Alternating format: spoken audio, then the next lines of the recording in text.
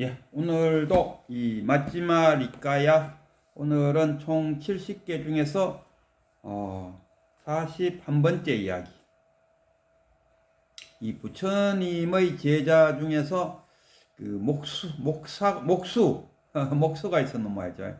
이 목수가 이제 인도 그 당시 부처님이 살아생전에 있을 때 인도는 많은 사상가들이 있었어요. 사문, 바라문. 근데 뭐 바라문은 신분적인 차이가 있어요. 바라문은 브라만 쪽에서 나온 거고, 사문 꽃다마. 그러니까 꽃다마가 그사트리아, 바이샤, 슈드라. 인도의 4개 계급 중에서 그걸 사문이라고.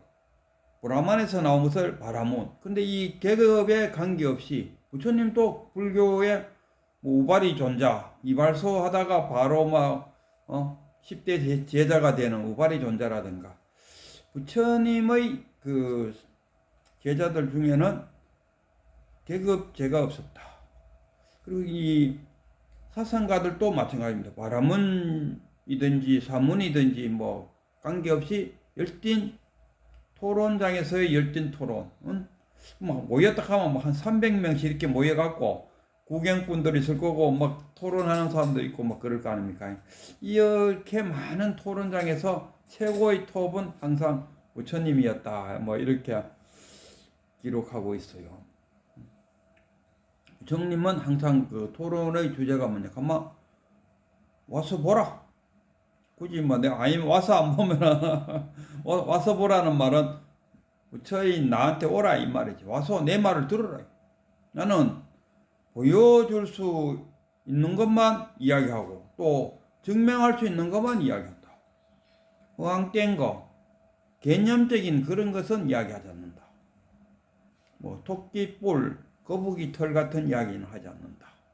이게 부처님의 지론이었는데, 그래서 많은 제자들이 모여들고 그 토론자 중에서 항상 그 대우를 받는 사람이 부처였다.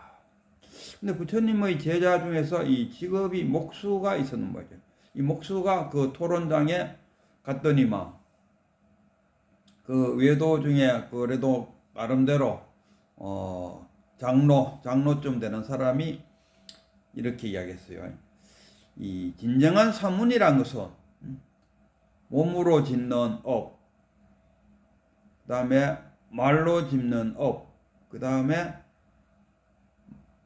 그 생각으로 짓는 업, 그리고 생업에 종사하면서도 불선업을 짓지 않는 자가 최고의 사문이다. 이렇게 이야기했어요. 그래서 그 목수는 그 외도가 그러니까 뭐 그냥 듣고만 있었어요. 최고의 사문은 쉽게 말해서 몸으로, 입으로, 생각으로, 그리고 생업에서 불선업을 짓지 않는 자, 이 4가지를 잘하는 자가 최고의 사문이다. 이렇게 표현하길래 아무 말도 안 하고 그 자리를 나왔대요. 나와서는 부처님한테 가서 이제 이런 내가 그 토론장에 가니까 이러한 토론을 하고 있고 또 최고의 사문은 이렇게 한다는데 그래서 부처님은 어떻게 생각하십니까? 하고 이제 물었죠. 물으니까 대뚱 부처님이 하는 말이 태어난 어린아이 아직도 디비지도 못하고 똑바로 앉아있는 누워있는 어린아이 그걸 또 비유를 이야기했어요. 그럼 그 어린아이는 그러면 죄를 짓나? 뭐 입으로 몸으로 생각으로 또 직업 아예 직업도 없다 이거. 그럼 이 어린아이는 최고의 사문이겠네? 부처님이 이렇게 말. 그 카우보이끼는 저기 그 옛날에 그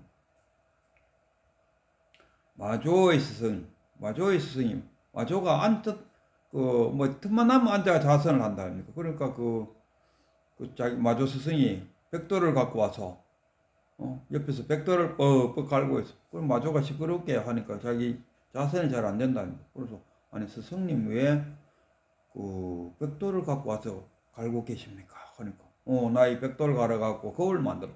아니 벽돌을 간다고 거울이 됩니까? 하고 물으니까 그 스승이 이름이 뭐인가 갑자기 생각나네. 스승이 그럼 니는 뭐 앉아만 있으면 부처되나? 앉아만 있다고 부처되는 것도 뭐 그럼 안절뱅이가 가장 먼저 부처되겠네. 또 그 어떤 사람이 부처님한테 가갖고 야, 겐지스 강에 가서 모욕하면은 다 천국에 간다는데 부처님은 어떻게 생각하십니까? 부처님은 그러면 그 겐지스 강 안에 있는 물고기들은 가장 먼저 천국 가겠네. 이렇게 표현했어요. 그러면서 이제 부처님은 그 부처님의 부처님의 그 설법을 우리가 열애선이라고 해요. 열애선과 조사선으로 나눠요. 열애선, 조사선 말이 나오는 게 그 말의 낙처를 찾아가 보면은 앙산이라는 위암과 앙산, 그리고 이앙종을 지었다 아닙니까? 이앙종. 5개의 종파 중에서 이앙종. 위산 영우와 그 제자인 앙산. 앙산이 어느 정도의 그 명성을 갖고 있는 가마 리틀 부처라고 할 정도로 아주 머리가 영악했어요.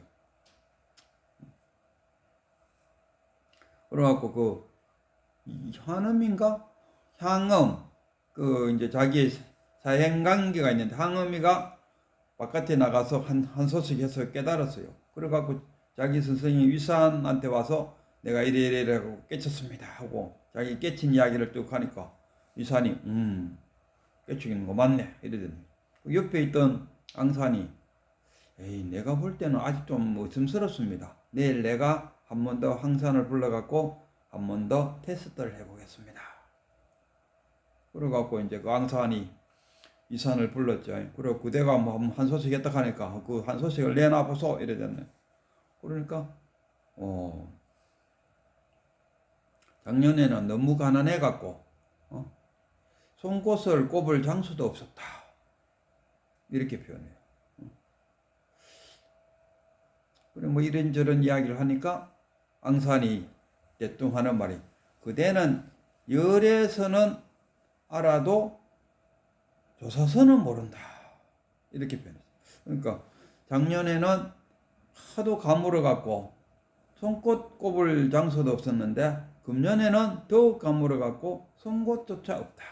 이 가물다든가 풀이 난다든가 뭐 이런 거는 번뇌망상을 말하는 거죠. 그래서 번뇌망상이 싹 사라진 상태다라는 것을 비유적으로 표현했는데 앙산이 그 말을 듣고 그대는 열에서는 아는데 조사서는 모르는구나 이렇게 표현. 그러니까 또 이제 항음이 이제 조사선 또 안다는 이야기를 하기 위해서 내가 시자야 하고 부르는데 못 알아들으면 내가 눈을 껌뻑하겠다 하니까 조사선 또 아는구먼요. 이렇게 표현. 그리고 조주선사 부처님이 무엇입니까? 하고 조주선사한테 물으니까 조주선사 하는 말이 뜰 앞에 잣나무니라. 뜰 앞에 잣나무니라. 이게 부처야. 그럼 뭐 열애선 쪽으로 그걸 표현하면은 시절 인연을 만나갖고 지금 여기서 자신의 본분사를 행하고 있는 자가 부처이니라. 이렇게 설명하면은 이게 열애선이고 뜰 앞에 잣나무니라. 호빵이라 똥막대기니라 마상근이라 이렇다가 말하면 이게 조사선이다 이런 이야기. 그래서 앙산에 의해 갖고 이 열애선과 조사선이라는 말이 생겼어요. 우리가 잘 알고 있는 임재선사도 자기 그 항백선사의 심부름으로 위산을 찾아갔어요.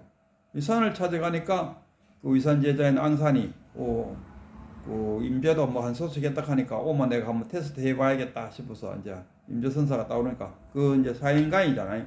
우리식으로 말하면 사촌간 사행지간인데 뭐 한 소식 했다 하니까 임재 사행께서 한번 깨달음을 내놔 보소 이러더니 그러니까 임재가 손바닥을 한번 딱 쳤어요. 그러니까 탁 알아봅니다. 뭐 다른 말이 필요 없어요. 깨친 자와 깨친 자 간의 소통은 다 해결된다는 거. 우리 그 절에서 그 큰 스님이 법문을 하기 전에 주정자를 쭉 내치운다니까. 봐라 이거라. 쿵쿵쿵 들었나 이거라. 말이 필요 없는 게라. 쑥 내밀었다가 쿵쿵쿵 하면은 그 숭산 스님은 이것으로 나의 설법은 끝이 났습니다. 할 이야기는 다 했어요. 그래서 다 하긴 다 했는데 못 알아들을 중생들을 위해서 내가 사족을 붙이겠다. 내가 허물을 짓겠다. 말로 하는 것은 다 허물이다. 도를 어떻게 말을 갖다 붙이겠습니까? 그러나 말을 안 하고는 깨치지 못한 자에게 어떻게 깨치도록 만들어줄 수 있겠느냐. 비록 내가 허물을 짓는 한이 있더라도 내가 바람풍 하면은 듣는 사람은 바람풍으로 알아들으면 되는 거라. 내가 비록 바람풍이라고 자꾸 이야기하지만은 듣는 사람이 저거 바람풍을 말하는구나. 탁 알아들으면 되는 거야. 내가 깨달음에 대해서 말로 이래 막 이야기했는데 듣는 사람이 하고 탁 깨달아 버리면은 깨닫지 못하면은 내 허물이요. 깨치면은 내가 그래도 부처님의 법을 전한 사람이다. 이래 안 되겠습니까? 여기서도 이 부처님은 그 이제 목수의 이야기를 듣고 그 간단하게 비유적으로 이야기했죠. 그러면은 어린아이가 가장 사문이겠네. 가장 위대한 사문이겠네. 이렇게 딱 그러면서 이제 또 그 우리 부처님의 아주 상세한 설명이 시작되는 거죠. 진정한 사문이란 무엇인가? 이거 쫙 일장 연설이 쫙 나간다 합니까? 그래서 선업과 불선업을 이야기하죠. 그리고 선정, 일선정, 이선정. 일선정에 들어가면은 불선업이 사라진다. 불선업이 사라지고 감각적 욕망이 사라진다. 일선정이 뭡니까? 사유와 숙고에 의해 갖고 그 편안함과 행복감을 느끼면서 불선업이 사라진다. 그럼 이선정에 들어가면은 사유와 숙고가 사라지고 뭡니까? 삼매에 들어간다. 삼매에 들어감으로써 이제 선업조차도 사라지고 그 다음 삼선정 나온 김에 삼선정 가면 주의 집중과 알아차림을 통해서 그러면 사선정은 좋다 싫다 뭐 이런 모든 감정이 벗어난 열반의 상태가 우리가 사선정이다. 중도의 상태다. 좋고 싫음이 없고 슬프다 기쁘다 뭐 이런 그 감정이 없는 텅 빈 상태, 열반의 상태. 이 사선정이다. 사선정에 들어감으로써 진정한 우리가 감각적 쾌락이 아니고 진정한 행복을 얻을 수 있다. 뭐 이런 식으로 쫙 그리고 선업과 불선업. 지금 내가 나쁜 짓을 하고 있다 아닙니까? 그러면 지금 하고 있는 이 나쁜 짓을 안 하지 말고 또 일어나지 않는 또 좀 있으면 일어날 것 같은 나쁜 업을 지금 일어나지 않도록 하고 내가 선업을 짓고 있으면 계속 선업을 계속 이어서 짓고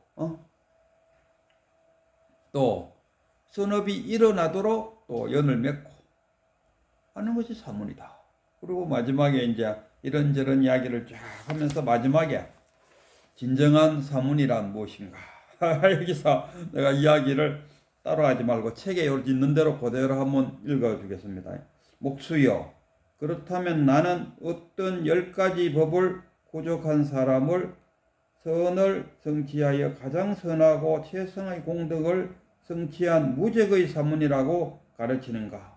목수여, 비구는 더 공부할 것이 없는 정견, 정사유, 정오, 정업, 정명, 정정진, 정념, 정정 이 8정도지 않습니까? 이 8정도에다가 2개를 더 갖다 붙였어요. 정지, 정해탈을 성취한다고요. 목수여, 나는 이 10가지 법을 구족한 사람을 선을 성취하여 가장 선하고 최선의 공덕을 성취한 무적의 사문이라고 가르친다오. 이렇게 부처님 말씀하셨어요. 어쨌든 간에 이 부처님은 정말 열애선 상세하고 자세하게 설명해요. 이 자세한 설명을 들음으로써 그 자리에 모였던 사람들은 부처님의 설법을 듣고 다 깨치. 근데 조사들은 그걸 안 하죠. 부처가 뭡니까? 하면 뜰 앞의 잣나무니라 그 한마디에 탁 듣고 다 깨치는. 그 사람이 갖고 있는 근기, 그 사람이 갖고 있는 근기가 어디에 있느냐에 따라서 요래선으로도 깨칠 수 있고 조사선으로도 깨칠 수 있다. 이런 이야기.